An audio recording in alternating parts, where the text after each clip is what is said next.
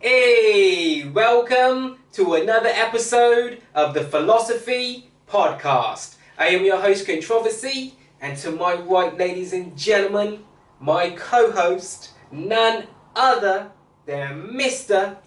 Darren Love! And together, we are the Philosophy Podcast. Thank you to you guys for tuning in to a brand new episode. Thank you for tuning in once again this week, guys. And like we always say, what is on the agenda for this week, mate? What is today's hot topic? That's it. I'm going to let you choose today. You know, make a change from that. So I get a turn. Yeah, I think so. You know, I just thought switch it around today. After 55 episodes, ladies and gentlemen, I finally get my opportunity to choose what we're going to talk about this week. It's interesting, isn't it? Because it's usually me that. Yeah. It's usually you that chooses. Today it's going to be you. He's flipped the script, guys. No, I don't know what. He's hit me with the reverse Uno card. You know, anyone that's ever played Uno, you know, you get that reverse Uno card. So yeah, I think we talk about crime this week, mate. Let's talk about crime. Seems to be a lot of crime going on and a lot of crime happening at the moment. You know what I mean? Everywhere. You know. Yeah. So let's talk about crime this week, mate. So what are your thoughts and your ideas and your opinions on crime? That's a really interesting subject that you picked. Thank you. I normally pick sort of subjects like love and positivity and no. Well, it's a bit different, isn't it? No, it is. You know? Crime's a very interesting thing. You know, I think it is anyway. You know, especially today. I mean, even the police. Come on, you know, a lot of them are criminals, aren't they? Oh yeah. You know, what kind of world we're living in today? Do you know what I mean? You know, I find, you know, it's like even if you steal a banana from a shop, are you a criminal? You know, because you're hungry. You know, what? I mean, I think we've created crime in a funny way. You know, sometimes. Sometimes, you know, it's like. For instance, we've got to wear clothes when we go out, you know, and it's a crime not to wear clothes. You know, where really that makes you scratch your head a little bit, you know, when you think about it, you know. So, you know, it's a crime to be natural, you know. In some places, I mean, you're allowed, you know, in this country, you're allowed to go to certain areas on the beach and be nude. Illegally. But a lot of areas are closed down to it. I mean, they don't like it and they find it against the law and all that. It's deemed as a crime basically. If you're walking around naked. You know, and I find it. I wonder why we think like that in a funny way. If you see what I mean. Yeah, I think what it is that like we spoke about it before in a few different episodes here and there occasionally, and what it is to do with we've introduced the whole idea of morality in society. When it comes to the moralistic kind of values and principles and ideals that we want to uphold as a society, that's where a lot of our decision making comes in as a global population, if you see what I mean. There's lots of things that a large majority of us, you know, a large majority of, you know, the world's population agree on. So that's where the whole element of crime and these different things come in. So it's like, okay, we deem... let's just talk about a few examples of things that are deemed as crimes today. Like if you were to commit a robbery, that's a crime. If you commit a murder, that's a crime. There's different things. There's crimes that are against the law, things that are legally against the law and not allowed to do. And if you commit any of those crimes, you will be legally prosecuted, and you know, whether that be, you know, going to prison for the rest of your life, or however long they deem you to have to go to prison for whatever crime it was that you committed, or whether or not your crime was so heinous that sometimes people get the death penalty, if you see what I mean. So there's crimes, obviously, you know, that are, like I said, that are to do with the legal system and the justice system and the law of the land, as they would say. Because like we've spoken about before, the law basically means just, you know what I mean, land and water, land, air and water, sorry. And there's also crimes too that I think we as human beings, there might not be a legal crime, if you see what I mean. It might not be something that necessarily someone might get prosecuted for or end up getting, you know, fined or imprisoned for, but it might be something that we all deem as a moralistic crime, if you see what I mean, something that we morally do not agree with, if you see what I mean, or, you know. So a lot of people get put away behind bars when they've not even done anything. Do you know what I mean? They get they they've got the wrong person basically. Do you know what I mean? And that's a crime, really, isn't it? To get the wrong person. Well, that is a crime in itself, because and the thing is like a lot of these people that end up getting going to prison when they're innocent, if you see what I mean, end up going to prison and doing long sentences and stuff. Then a lot of them that do end up getting acquitted, if you see what I mean, over time, because new evidence might have presented itself that proves that this person wasn't actually there, or they're completely innocent, like they were trying to tell the people all along, but unfortunately they, you know.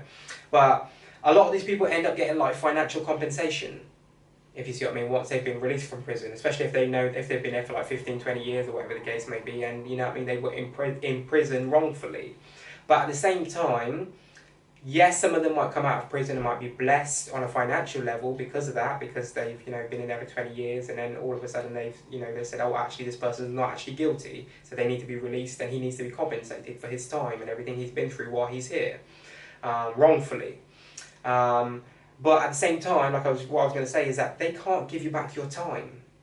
So they might have been able to bless you with that bit of finances so that when you come out, you're in a really good situation. You know what I mean? If you were lucky enough to be compensated. But if you weren't, then that's even worse, because you lost out on your time and there's nothing to show for it, if you see what I mean. Like, you know? Well, they can ruin your life, can't they? Oh yeah, for sure. You know, yeah, for sure. When you've not even done anything. You know, they do it a lot.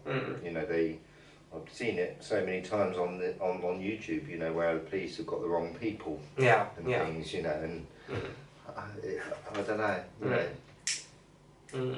It's, I mean, murdering someone, you know, that's a big crime, isn't it? That's a heinous crime. But if you're in the army and you're going away, right, you're classed as hero, do you know what I mean? If you're being told to shoot a lot of people, you know, which, you know, it's double standards to me. Yeah, way, it is, yeah. We're all human beings on this planet at the end of the day, do you know what I mean? So, I find, you know, even war is a crime itself, I feel, in a funny way, against humanity, against us all. Yeah. Yeah, definitely. Yeah. But there's obviously different elements of crime as well. You get low-level criminals, you get middle-tier criminals, and I guess then you would probably have your upper, your top criminals, you know, because you get a lot of people that commit low-level crimes and shit that end up are repeated offenders and end up going back to prison and shit. And then you've got middle-level ones that might be semi-good at what they do, and you know they might be in prison occasionally, but they manage to evade the law, you know, long enough to, you know.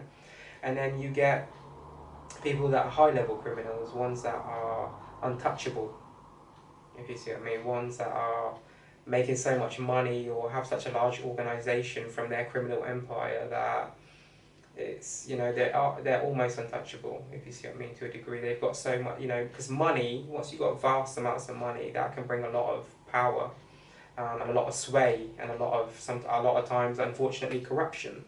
You know, people can be easily swayed, especially when it's financial gain. You know, a lot of people will compromise their integrity for monetary gain. So yeah, you get some people that are, you know, that can run criminal organisations and empires for decades and never get touched, if you see what I mean. You know, obviously that's not a life that's not something that we're promoting or anything like that. We're just speaking on the facts here today as we're talking about crime, you know. And yeah, what is crime? Yeah, crime is just, I think, like you said earlier, it's something that we've created. What is the law? Yeah. What is it? You know, what I mean. One, I know my own laws without even reading them in a funny way. You know, I know that I'm not not to hurt anyone. Yeah. Not to harm anyone in any way, or not to kill anyone. You know, that's one thing. You know, it's my own laws. Yeah. I make my own laws up. Yeah. And I respect everyone. You know, I don't like being rude to anyone or upsetting anyone's feelings. I think, you know. But what is law? You know, because I don't think they really teach us at school. But I think all law is really, if you want to break it down in layman's terms, I think all law is the rules and the regulations surrounding and regarding the law, the land, the air and the water, you know? And that's all it is, the rules and the regulations that have been put in, that have been agreed upon and stipulated by the governments and the judicial system of every country, if you see what I mean. Because obviously every country has different laws and different judicial systems, if you see what I mean. So yeah, that's all it is essentially, just rules and regulations that as you as a person of that country, if you see what I mean, as a human, you know, as a someone who's living and existing in that country has to uphold and follow. Otherwise, you will be prosecuted. You know, if they catch, if you're caught, of course, you know. So. I mean, no, I don't think any animals have any laws or any policing. You know what I mean? We're the only creatures on this planet that need policing themselves in a funny way. Where, you know, I don't find any animals. I mean, they do that kind of thing. You know what I mean? They let be. You know what I mean? Well, I think in the animal kingdom, as we know, it's just survival of the fittest, isn't it? You know, that's all it is essentially. It's just survival of the fittest. It's just human beings too, isn't it? Yes, but we have also, but with animals, their instinctual thing is that obviously they have to. Anything that's a predator is looking to eat. If you see what I mean, if you get what I'm saying, their instinctual thing when it comes to surviving is just hunting and eating. If you see what I mean, and once upon a time, as human beings, we existed like that, and there's still tribes out there that live and exist in certain places that still exist and still do that today, still live like that, still hunt every single day for their food and. Well, I do. I wake up and hunt for the biscuits. Yeah. It's true. There's a big difference, I hunt mate. for bananas and. Well, you go to but what I'm saying, you go to the supermarket and buy your food. You're still hunting it, hunting for it, you know. But you got to hunt for the money to get it as well, you know. Well, I was going to say that you got to hunt for the money to get it. It's a bit like a jungle, a concrete jungle, and you hunt for your money. You got to hunt for your money. That's it. But yeah, there are some tribes out there that, as we know today, we've got a few actually that still live and exist like that today, completely remote and have their own, like you said, that the rule of the jungle essentially. Like the goal is to survive, and they hunt and eat pretty much most things. If you see what I mean, and that's just reality. I do the same thing. Sort of hunt for a bit of money, and then I'll go and get some fish and chips, and hunt for some fish and chips somewhere. A good fish and chip shop, the best fish and chip shop. Yeah. I feel like we all are kind of like hunting in a funny way, trying to survive today. Each day we're trying to hunt and survive. And like we talked about it before about the price of living's going up. Oh yeah. And more people are going into crime. They have to steal their food because they're getting hungry. It's true. It's a fact. That crime goes up when the price of living goes up. What it is essentially is when the poverty line rises, when it say this is the poverty line here, yeah? Not there. Say it's here right now, and let's say the inflation increases and it gets even worse and it increases to this point. Every time the poverty line rises and increases, crime always increases. Yeah. That is a scientific and statistical fact, if you see what I mean, through observation. If you look at most of the countries today, wherever they may be, where there's high amounts of poverty, you will see that there's large amounts of crime, if you see what I mean. They usually have some of the highest murder rates in the world, and so some of the most criminal things happening in their country on a daily basis, if you see what I mean. And it's sad, but what happens is people go into, like you said, people literally go into survival mode, and people end up doing things that sometimes people don't end up thinking clearly when they're in survival mode, because you're thinking about surviving all the time, if you see what I mean, and whatever it takes to survive. And that is not a healthy mindset to be in, I promise you. Like I said, sometimes people end up doing shit that they wouldn't normally do to survive, and end up, you know, having to face the repercussions or the ramifications of that. You know, like they say, if you know, don't do the crime if you can't do the time, because you know, a lot of people do end up getting caught. You know, people like to think that they're so smart and so intelligent and so whatever the case may be. But I promise you that these people, you know what I mean, these people have got, you know, these people have got millions and possibly billions behind them, you know what I mean, in terms of like, you know, they've got forensic and all these different scientists and all these different type of things today that can, you know, put you at the scene, you know. So a lot of people think that they can do things and get away with it, but in this day and age that we live in, mate, the chance of you getting caught is probably more than 50%. If you see what I mean, because of all the scientific things they've got today that can cameras, you know, people's cell phones, all these different things, you know, how people get caught up in, you know, people's mobile phones, their laptops, their tablets and stuff. People, you know, all sorts of shit. People get caught out, you know. So like, I mean, cameras. You think about it. I mean, virtually everyone's got one now. You know, on their phone. Yeah. You know, we're living in the world of cameras, aren't we? Where we're kind of protected in a funny way. You know, you know, even. I mean, I watch a lot of audit, police audits and things like that on YouTube, and you know, they go around with the camera, and the police don't like the camera in a kind of way. They get a bit upset about it, but it is at the end of the day where it's cleaning up the police force, you know, sort of making them behave because they know they're being filmed now, you know. Where a few decades this couldn't happen. I mean, we couldn't record the police like we can today, you know, and they're being double checked on themselves in a kind of way. Do you know what I mean? And it, you know, I feel like it's kind of making the world a bit safer in a funny way, where we're not allowed to bully anyone anymore, chubby, you know, not allowed to sort of come up and push anyone anymore, because you're going to get caught on camera if you do somewhere. Do you know what I mean? Could be a camera around the corner that picks you up doing that. Do you know what I mean? And so people are sort of thinking twice about their behaviour now. Yeah.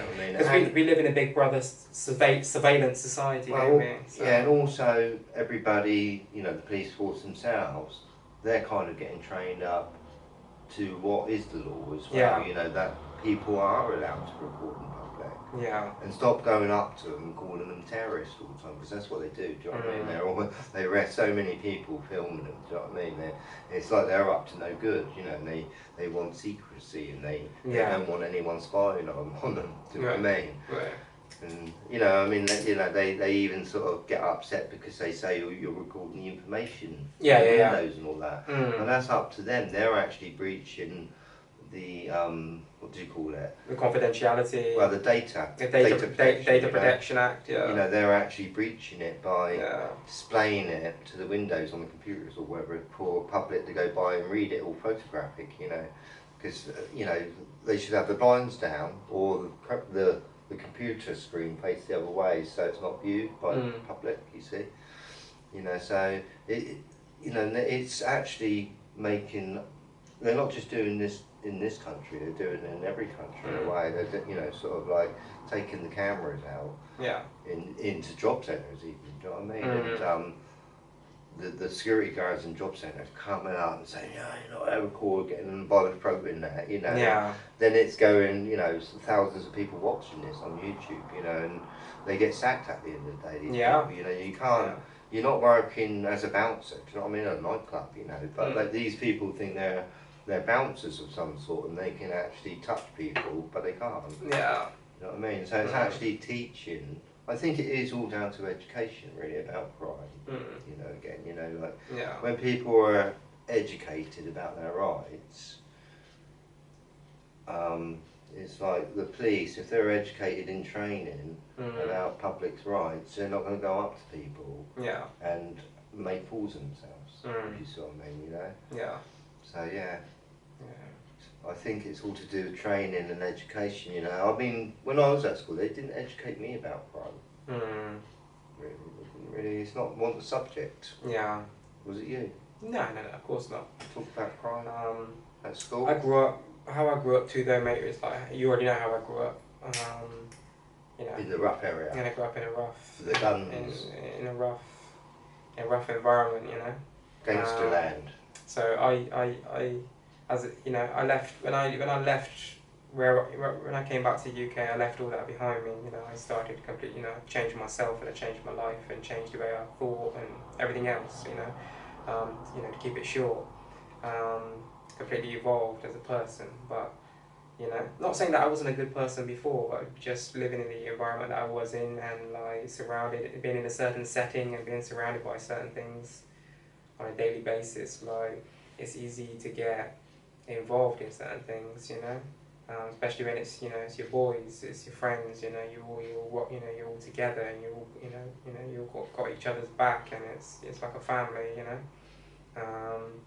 So it's easy to get involved in certain things, you know, sometimes intentionally, sometimes unintentionally, you know.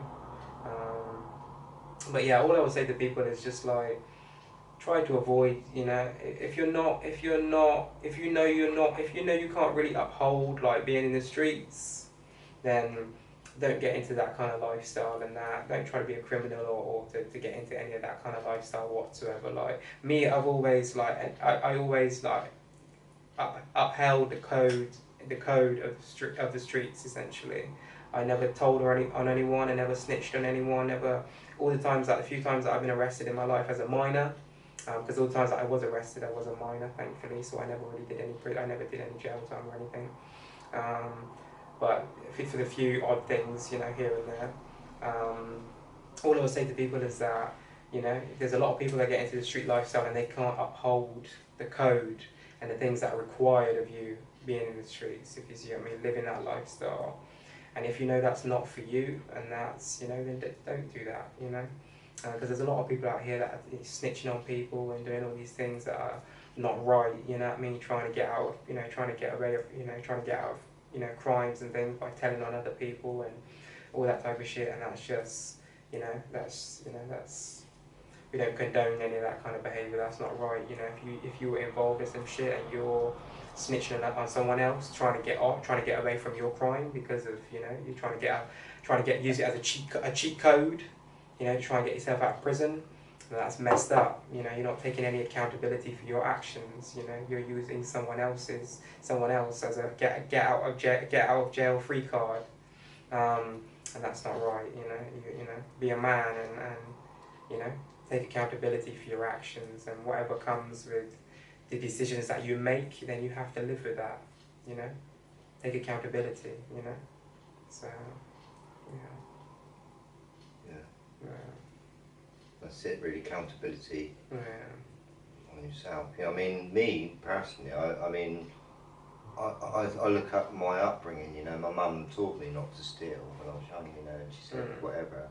I think I was brought up not every way, because you know I didn't have a dad, whatever. You know, because my mum and dad, I just had a mum, and she worked most of the time, whatever. Yeah. But I feel like, you know, some people haven't got, you know, not loved as a child, do you know what I mean? And they get into crime because of that. Yeah, true.